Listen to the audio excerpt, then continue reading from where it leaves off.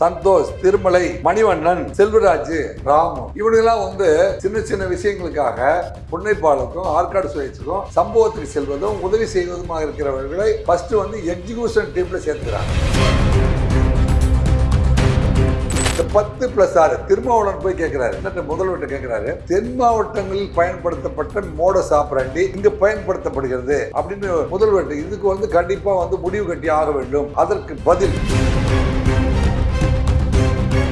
மலர்கொடி கிட்டத்தட்ட 50 லட்சம் ரூபாயை இந்த டீமுக்காக செலவு செய்தார்கள். மலர்கொடி டிரான்சாக்சன் பண்றாங்க. அங்கதான் காவல்துறை விசாரணை தற்போது நிற்கிறது. அதுல துருவி விசாரணை நடந்து கொண்டிருக்கிறது.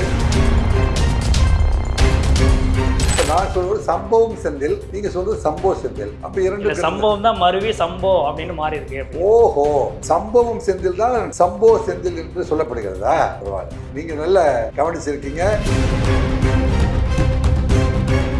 ஆம்ஸ்ட்ராங்கை கொலை செய்ய வேண்டும் என்ற நோக்கம் யாருக்கெல்லாம் இருக்கிறது என்று சொன்னால், புன்னைப்பாலுக்கு நோக்கம் இருக்கிறது, அஞ்சலிக்கு நோக்கம் இருக்கிறது, இப்ப மலர்கொடிக்கு நோக்கம் இருக்கிறது. இவங்க பேரும் நோக்கம் உடையவர்கள். செலவு இவங்க தானே பண்ணணும். அப்படி இருந்தா சம்பவ செந்தில் ஏன் செலவு பண்ணணும்? இந்த ஆயுதங்கள் யார் வாங்கினாங்க? இந்த பணத்தை யார் கொடுத்தாங்க? இந்த பணம் கொடுத்து இதை எக்ஸிகியூஷன் பண்றதுக்கு 50 லட்சம் இவர்கள்ட்ட மட்டும் தான் புலங்குச்சுன்னா, அப்போ முழுசா பேசப்பட்ட அமௌண்ட் எவ்வளவு? அவ்வளவு பணம் கொடுத்து இந்த டீமை பயன்படுத்தி ஆம்ஸ்ட்ராங்கை முடிப்பதற்கு என்ன காரணம்? 160 இடத்துல எஃப்ஐஆர் போட்டு பெண்டிங்ல அப்படியே விசாரணையிலே வச்சிருந்தாங்க அந்த வழக்குகளை. அப்போ வடசென்னையில இருந்து என்னை சிறப்பு அதிகாரியாக தேர்ந்தெடுத்து, அப்போ எனக்கு 2 AK-47ல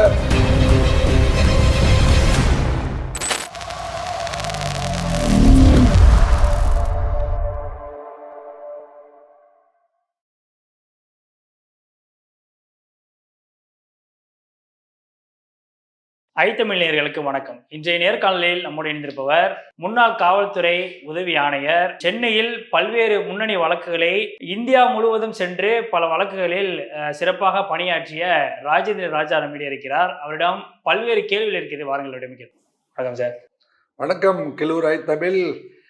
உங்களது நேயர்கள் அனைவருக்கும் எனது அன்பான வணக்கங்கள். இன்றைக்கு ஆம்ஸ்ட்ராங்கினுடைய இந்த கொலை வழக்குல பல்வேறு திருப்பங்கள் வந்துட்டே இருக்கு. நான் தொடர்ந்து பார்க்கும் பொழுது பிரபல ரவுடிகள் எல்லாம் இந்த வழக்குல சம்மந்தப்படுறதாக தகவல்கள்லாம் வெளியாகிட்டு இருக்கு. இந்த வழக்கினுடைய திசை எதை நோக்கி போயிட்டு இருக்கு? மாஸ்டர் மைண்டா இந்த அட்வொகேட் டீம் இருந்திருக்கு. இவங்க டீமுக்கு இப்போ யாருக்கெல்லாம் நோக்கம் இருந்தது, திட்டம் அல்லது நோக்கம், பழிவாங்க வேண்டும் என்று எண்ணம், பழித்திருக்க வேண்டும் என்று எண்ணம் யாருக்கெல்லாம் என்ன காரணத்துக்காக இருந்தது அப்படிங்கிறது இவ்வளவு பெரிய சாப்டர். அதற்கு கிட்டத்தட்ட காவல்துறை பதில் சொல்லிவிட்டது என்று சொன்னால் அது மிகையாகாது. திட்டத்தை அரங்கேற்றணும். இனிமேல் தான் கூலிப்படைகள் எந்தெந்த ஏஜென்சி அப்படின்னு தொடருது. அப்படி தொடர்ற பொழுதுதான் அதுல சந்தோஷ் ஒருத்தவரான். சந்தோஷ், திருமலை, மணிவண்ணன், செல்வராஜ், ராமு இவனுங்கெல்லாம் சின்ன சின்ன விஷயங்களுக்காக புன்னைப்பாலுக்கும் ஆற்காடு சுழற்சிக்கும் சம்பவத்துக்கு செல்வதும் உதவி செய்வதுமாக இருக்கிறவர்களை ஃபர்ஸ்ட் எக்ஸிகியூஷன் டீம்ல சேர்த்துக்கிறாங்க. இந்த 5 பேரும் தலைமை பொறுப்புல இருந்துக்கிட்டு எக்ஸிகியூஷனுக்கு ஆளை தேர்ந்தெடுத்துட்டாங்க. அதுக்கு இந்த நம்ம சொல்லப்படாத இன்னும் ஒரு 3 பேர் இருக்காங்க. சரணடைந்த 3 பேர், கைது செய்யப்பட்ட 3 பேர், அவங்களே காவல்துறையை கொண்டு வந்துருச்சு யாரெல்லாம் எக்ஸிகியூஷன்ல வந்தது. அப்ப அது 10+6 அப்படின்னு நீண்ட நெடுங்காலமா எங்க இருந்து, திருநெல்வேலியில சொல்லப்பட்ட தீபக் ராஜ் கொலையிலிருந்து, ராமர் பாண்டியர் கொலையிலிருந்து, இந்த 10+6 திருமாவளவன் போய் கேட்கிறாரு, முதல்வர்கிட்ட கேட்கிறாரு, தென் மாவட்டங்களில் பயன்படுத்தப்பட்ட மோடஸ் ஆபரண்டி இங்கு பயன்படுத்தப்படுகிறது அப்படின்னு முதல்வர்கிட்ட. இதுக்கு கண்டிப்பா முடிவு கட்டி ஆக வேண்டும் அப்படின்னு சொல்றாரு. பாத்தீங்களா? அதற்கு பதில், சரி இந்த ஊர்ல தானே இவனெல்லாம் இருக்கானுங்க, இப்ப இவனுக்கு அந்த மெத்தடாலஜி கொடுத்தது யாரு அப்படின்னு தேடுறாங்க. ஒன்று. இப்ப ஆபரேஷன், இப்ப ஆபரேஷன் முடிஞ்சிருச்சு. ஃபைனான்ஸ், அஞ்சலை 10 லட்சம் ரூபாயை தன் கணவருக்காக செலவு செய்தார். கணவர் இருந்துக்காக 10 லட்சம் ரூபாய் செலவு செய்தார். அதுக்கு மேல பணம் வேணும் அப்படின்னா, மலர்கொடி கிட்டத்தட்ட 50 லட்சம் ரூபாயை இந்த டீமுக்காக செலவு செய்தார்கள். டிரான்சாக்சன் பண்றாங்க. மலர்கொடி டிரான்சாக்சன் பண்றாங்க. அங்கதான் காவல்துறை விசாரணை தற்போது நிற்கிறது. என்னங்க, அதுல துருவி விசாரணை நடந்து கொண்டிருக்கிறது. அதுல பாத்தீங்கன்னா அதுல ஒரு நபரா ஹரிஸ் நமக்கு மாஸ்டர் மைண்டு. எதுக்கு?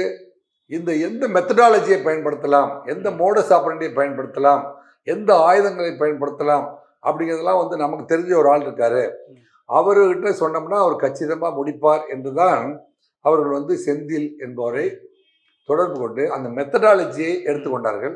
சம்போ செந்தில் நீங்க சொன்ன சம்போ செந்தில் என்று சொல்கிறீர்கள், அவரை செந்தில் என்று நான் கருதுகிறேன். அவர் சம்போ செந்தில் அவர் பேரு இல்ல, அவர் பேர் சம்போ செந்தில் அப்படின்னு தான் இன்னைக்கு ஊடகங்கள்ல எல்லாம் பெரிதளவுல பேசுறாங்க. ஊடகங்கள்ல வந்து அவரை வந்து சம்போ செந்தில்னு சொல்றாங்களா? Okay okay. எனக்கு வந்து செந்தில் என்பவர் சென்னை உயர்நீதிமன்றத்தில் வழக்குரைஞராக இருந்து அதன் பிறகு அந்த தொழிலை விட்டு அவர் 2-3 வழக்குல சம்பந்தப்பட்டதுனால ஊரை விட்டு போயிட்டாரு அப்படின்னு சொல்றாங்களே, அந்த செந்தில் தான் இந்த செந்தில். அதுதான் அவரும் இவரே தான் சொல்றாங்க. அந்த இவரும் வந்து வழக்குரைஞரா இருந்தாரு. ஓஹோ, அப்ப நீங்க சொல்ற நான் சொல்றது சம்பவம் செந்தில், நீங்க சொல்றது சம்போ செந்தில். அப்ப இரண்டு சம்பவம் தான் மருவி சம்போ அப்படின்னு மாறி இருக்கு. ஓஹோ, சம்பவம் செந்தில் தான் சம்போ செந்தில் என்று சொல்லப்படுகிறதா? பரவாயில்ல, நீங்க நல்ல கவனிச்சிருக்கீங்க. ஆக சம்போ செந்திலை நோக்கி இந்த விசாரணை போய் கொண்டிருக்கிறது என்று நீங்கள் சொல்கிறீர்கள். கிட்டத்தட்ட அப்படித்தான் நானும் கருதுகிறேன். ஆக இப்போது சம்போ செந்திலுக்கும் பணம் போயிருக்கிறது. பணம் சம்போ செந்தில் இருந்து கொடுக்கப்பட்டிருக்கிறது, வாங்கப்பட்டிருக்கிறது. அருளுக்கு கொடுக்கப்பட்டிருக்கு அப்படின்ற மாதிரி போலீஸ் தரப்புல ஒரு தகவல் சொல்லியிருக்கிறாங்க. சம்போ செந்தில் இருந்து பணம் அருளுக்கு கொடுக்கப்பட்டதா? அருளுக்கு கொடுக்கப்பட்டதாக ஒரு 4 லட்சம் ரூபாய் அருளுக்கு கொடுக்கப்பட்டதாக. அப்ப இந்த இடத்துல தான் வந்து கேள்வி என்ன எழுதுன்னா, ஆம்ஸ்ட்ராங்கை கொலை செய்ய வேண்டும் என்ற நோக்கம் யாருக்கெல்லாம் இருக்கிறது என்று சொன்னால், புன்னைபாலுக்கு நோக்கம் இருக்கிறது, அஞ்சலிக்கு நோக்கம் இருக்கிறது, இப்ப மலர்கொடிக்கு நோக்கம் இருக்குது. இவங்க பேரும் நோக்கமுடையவர்கள். செலவு இவங்க தானே பண்ணணும். அப்படி இருந்தா சம்போ செந்தில் ஏன் செலவு பண்ணணும்? எப்போ இதுதான் வந்து எதிர்கால சமூகம் கேட்கின்ற கேள்வியாக இருக்கிறது. கிட்டத்தட்ட திருமாவளவும் அதுதான் கேட்கிறார், கிட்டத்தட்ட சமூகமும் அதுதான் கேட்குது, மக்களும் அதுதான் கேட்கிறார்கள். சம்போ செந்திலுக்கு பணம் கொடுத்தது யார் அப்படிங்கும்போது இதுக்கு பின்னாடி யார் இருக்கிறார்கள் என்பதை வந்து காவல்துறை மிகவும் ரகசியமாக 10 டீம் வச்சு விசாரிச்சுட்டு இருக்காங்க. இந்த சமயத்துல திரு அருண், சென்னை மாநகர காவல்துறை ஆணையர் அவர்களுக்கு நமது பாராட்டுகளை தெரிந்து கொள்கிறோம். கிட்டத்தட்ட அவிழ்க்கப்படாத முகுண்டு பிடிச்சி என்று சொல்லக்கூடிய நிலையிலிருந்து கிட்டத்தட்ட யாருக்கெல்லாம் நோக்கம் இருந்தது, எங்கிருந்து பணப்புழக்கம் வந்தது, யார் டீம் எல்லாம் சேர்ந்தாங்க, இப்போ வந்து நம்ம வந்து மீண்டும் சமூகத்திற்கும் அல்லது இந்த வழக்குக்கும் தேவை என்றன இந்த ஆயுதங்கள் யார் வாங்கினாங்க, இந்த பணத்தை யார் கொடுத்தாங்க, இந்த பணம் கொடுத்து இதை எக்ஸிகியூஷன் பண்றதுக்கு அஞ்சலிக்கு மேல, அஞ்சலி செலவு செஞ்ச 10 லட்சத்துக்கு மேல 50 லட்சம் கொடுக்க வேண்டிய அவசியம். 50 லட்சம் இவர்கள்ட்ட மட்டும்தான் புழங்குச்சுன்னா அப்போ முழுசா பேசப்பட்ட அமௌண்ட் எவ்வளவு? அவ்வளவு பணம் கொடுத்து இந்த டீமை பயன்படுத்தி ஆம்ஸ்ட்ராங்கை முடிப்பதற்கு என்ன காரணம் அப்படிங்கிறத மட்டுமே காவல்துறை பதில் சொல்லும் என்று நான் கருதுகிறேன். கூடியவர்கள் சொல்லும். ஏனென்றால் அது ஒரு ரகசிய விசாரணைக்கு உட்படுத்தப்பட்டிருக்கிற சமயத்துல நம்ம வந்து வேறு சில கோணத்தில் தப்பா ஏதாவது சொல்லிட்டோம்னா அது காவல்துறை விசாரணையை பாதிக்கும் என்கின்ற நாகரிகம் கருதி, நீதி கருதி, நேர்மை கருதி நம் காவல்துறையிடம் விட்டு விடலாம். அது ஓரிரு நாட்களில் அதுக்கான விடையை திரு அருண் அவர்கள் நேர்கோட்டில் விசாரணை சென்று கொண்டிருக்கிறது, அதற்கு சொல்வார் என்று கருதுகிறேன். இப்ப திரு அருண் மாநகர காவல்துறை ஆணையர் அவர்களுக்கு நமது பாராட்டுக்களை தெரிவிக்க வேண்டிய அவசியம் என்ன அப்படின்னு சொன்னா, சென்னையில் இருக்கிற ரவுடிகள் அத்தனை பேருடைய லிஸ்ட்டை தயார் பண்ணியிருக்காரு. தயார் பண்ணி இங்க இருக்கிற இன்ஸ்பெக்டர்ஸ் அத்தனை பேருமே வந்து கண்டிப்பா கை துப்பாக்கியோடு இருக்க வேண்டும், இரவு ரோந்தில் கட்டாயமாக துப்பாக்கியை கையில் வைத்திருக்க வேண்டும், அவர்களுக்கு பிரத்யேகமாக பயிற்சியும் கொடுக்கப்பட வேண்டும், சுடுவதற்கான பயிற்சியும். மறந்துருந்தா எல்லாரும் துப்பாக்கி சுட கத்துக்குங்க அப்படின்னு சொல்லியிருக்கிறதோட மட்டும் அல்லாமல் ஒவ்வொருவரும் இரவு ரோந்தில் பகல் ரோந்திலையும் வந்து போலீஸ் ஸ்டாண்டிங் ஆர்டர்ல அடிப்படையா நீண்ட நெடுங்காலமா எங்களை போன்ற காவல்துறை கடுமையாக உண்மையாக நேர்மையாக காவல்துறை உழைத்தவர்கள் அத்தனை பேருமே விரும்பி கொண்டிருந்தது, வேண்டிக் கொண்டிருந்தது, நடக்க வேண்டும் என்று கருதி கொண்டிருந்த ஒரு விஷயம் இருக்குமானால், ரவுடிகள்ல லிஸ்ட் மட்டும் போட்டுட்டு ஃபைல் மட்டும் அடுக்கி வச்சுட்டு அவங்களை கண்டுக்காம இருந்ததுனால இதெல்லாம் வெளியே நடந்துச்சு. எனவே அருண் அவர்கள் என்ன சொல்லியிருக்கிறார் என்றால், ஒவ்வொருவரும் கண்டிப்பாக ரோந்து சென்று 2 ரவுடிகளை டேய் நீ இப்ப என்னடா பண்ணிட்டு இருக்க அப்படின்னு பேசணும். அவங்களுடைய பெற்றோர்கிட்ட போய் நான் என்ன எதிர்பார்த்தனோ அது நடக்குது. சென்னை மாநகராட்சியில சென்னை மாநகர காவலில் நான் என்ன அவங்க பெற்றோர்கிட்ட போய் உங்க புருஷன் மேல அல்லது உங்க அண்ணன் மேல உங்க மகன் மேல ரவுடி ரெஜிஸ்டர் தயார் பண்ணியிருக்கிறோம், நாங்கள் வந்து காவல் நிலையத்திலிருந்து அப்பப்போ அவரை கண்காணிக்கிறோம். ஏன் இந்த மாதிரி அடிதடி கொலை வழக்கெல்லாம் போறாரு, அப்படி வந்து தொடர்ந்து போவார் என்றால் நாங்கள் அவர் மீது கடுமையான நடவடிக்கை எடுப்போம் அப்படிங்கிற செய்தியை சொல்லியிருக்காரு. இதுதான் வந்து பிராக்டிக்கல் இம்ப்ளிமெண்டேஷன்.